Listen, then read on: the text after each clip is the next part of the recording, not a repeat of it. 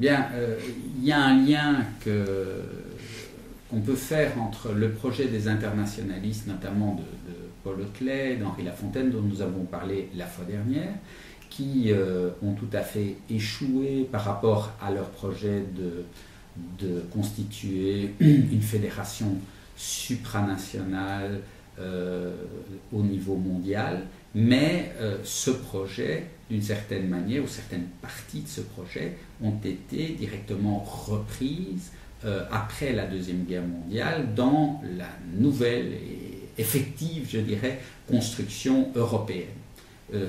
Bon, d'ailleurs, évidemment, les internationalistes il y avait des Américains, mais c'était un courant à l'époque qui était basé fortement en Europe et une culture partagée entre différents pays, y compris avec les Allemands, hein, bien entendu, ou les Italiens. Et donc, l'idée d'une union supranationale avec des décisions qui s'imposeraient aux États, mais aussi l'idée de mettre en commun des ressources aussi essentielles à l'époque que le charbon et l'acier, l'idée de créer des liens de solidarité entre pas seulement les États, mais plutôt les individus, les sociétés civiles, les personnes morales dans l'Europe, là encore, poursuivent bien le projet d'Hotelet dans le même esprit. Si on voit la déclaration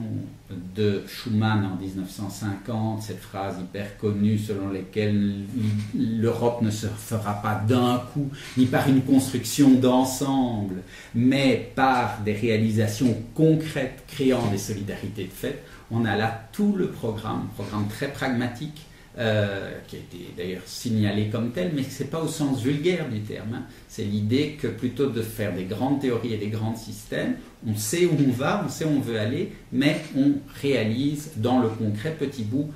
par petit bout. Ces liens de solidarité, ils se font bien entendu, c'est la base du marché commun, puis du marché unique, etc., par le marché, les échanges commerciaux, approfondis encore par l'idée d'une monnaie commune, mais ils se font aussi au niveau politique par cette idée d'un Parlement européen, même si l'organisation n'est pas encore à la hauteur, hein, parce que l'idée du Parlement européen, c'est bien d'avoir un débat politique européen et non pas des débats nationaux pour envoyer des députés siéger au Parlement européen. Là, je pense qu'on s'est trompé et qu'il y a encore une réforme à faire qui n'implique pas nécessairement de grandes réformes juridiques, simplement le fait qu'il y aurait un enjeu pour qui va diriger l'Europe en fonction, ou la Commission, en fonction des résultats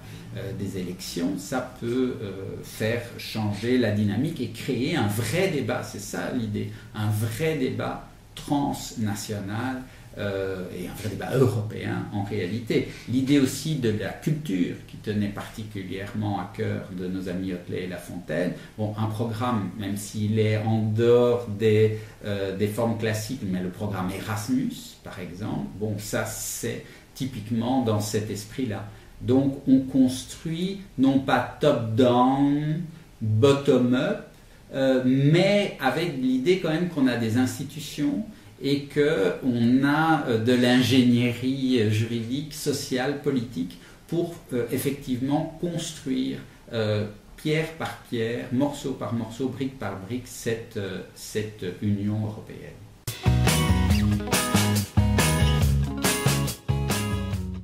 Bien, la Cour de justice, dès le départ, dans le même esprit que la construction européenne, a adopté une démarche très pragmatique qui se voit de plusieurs manières. La première, ça a été cette idée d'interprétation téléologique. Donc l'idée est là, le fait que les règles de droit ne sont que des moyens pour essayer d'atteindre un but. Ce but qu'on va atteindre progressivement avec cette idée très importante de dynamisme qui est la construction européenne. Donc on n'a pas un droit qui dit ce qu'est l'Union européenne, on a un droit qui dit qui va servir à construire quelque chose c'est une œuvre de longue haleine, qui est cette Union européenne qui, au début, n'existe pas, évidemment, et qu'il va falloir arriver à faire exister. D'où alors, par exemple, l'interprétation très large des libertés fondamentales qui vont amener à petit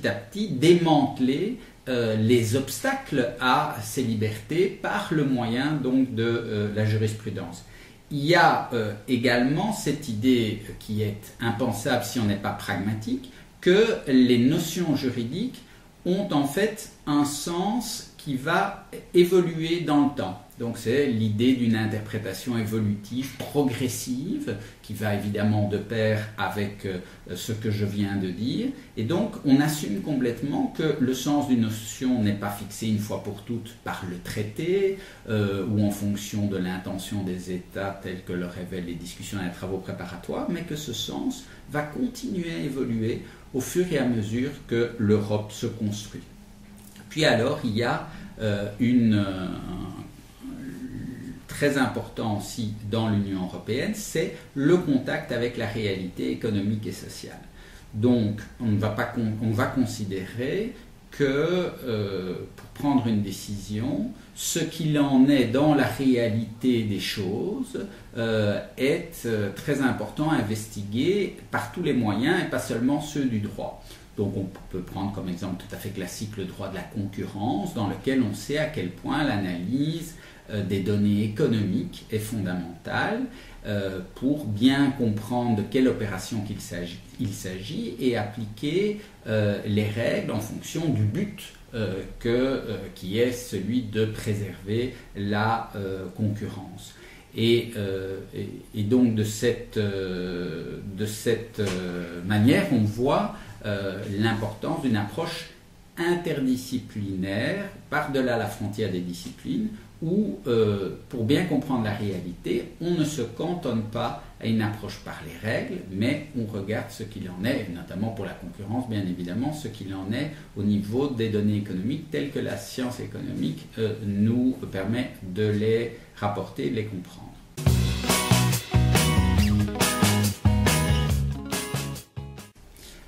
Moi, il y a un exemple qui me frappe beaucoup parce qu'il est de grande importance par rapport aux transformations actuelles du droit et qui est l'arrêt James Elliott Construction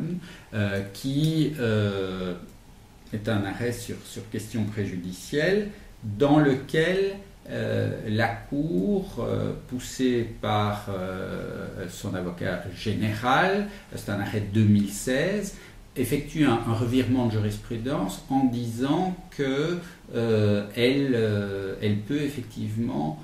contrôler le fait qu'une norme européenne, donc une norme technique, soit bien conforme au droit communautaire. Jusqu'à présent, elle estimait, dans un critère qui était pour le coup un peu formaliste, en disant, au fond, les normes techniques ne sont pas des règles juridiques, et donc, comme elles n'ont pas cette dignité d'être une source formelle du droit, eh bien, je n'ai pas à m'en occuper. C'était une position relativement imprudente, à mesure où on sait que depuis la nouvelle approche, de la commission Delors, qu'au fond, en ce qui concerne tout un tas de règles tout à fait fondamentales sur la protection de la santé, de la sécurité, de l'environnement par rapport à certains produits. Finalement, les directives ne fixent que quelques exigences essentielles et l'harmonisation est largement confiée aux normes techniques. Donc, à partir du moment où on a là d'autres normes qui, de fait, jouent un rôle important, et on voit que dans notre monde, les normes techniques comme les normes ISO, par exemple, les normes informatiques, les normes alimentaires, jouent un rôle de plus en plus important, eh bien, il faut être pragmatique, ne pas dire nous nous en occupons pas car ce n'est pas du droit, car le problème serait évidemment que échappent alors à l'état de droit les normes très importantes et en pratique qui sont véhiculées sous ces formes atypiques Et il faut bien entendu, dans une attitude réaliste, pragmatique, qui veut que le droit continue à exercer son office, considérer ces normes qui ne sont pas en uniforme et leur appliquer le contrôle de l'état de droit. C'est la même chose pour d'autres instruments utilisés, notamment, qui sont beaucoup utilisés pour le moment au niveau européen, comme les indicateurs, par exemple, où on voit que les indicateurs servent pour la MOC, mais aussi dans tout un tas de politiques spécifiques de l'Union européenne. Là encore, le fait de dire, mais ça, c'est pas du droit, d'ailleurs, c'est pas tout à fait obligatoire, comme les normes techniques, ne sera pas, je pense qu'il faut, et je crois que la Cour, dans son esprit pragmatique, va petit à petit affirmer sa juridiction sur toutes ces nouvelles formes de normativité qui concurrencent, complètent, parfois se substituent aux règles classiques pour justement garantir que l'Union reste une union de droit.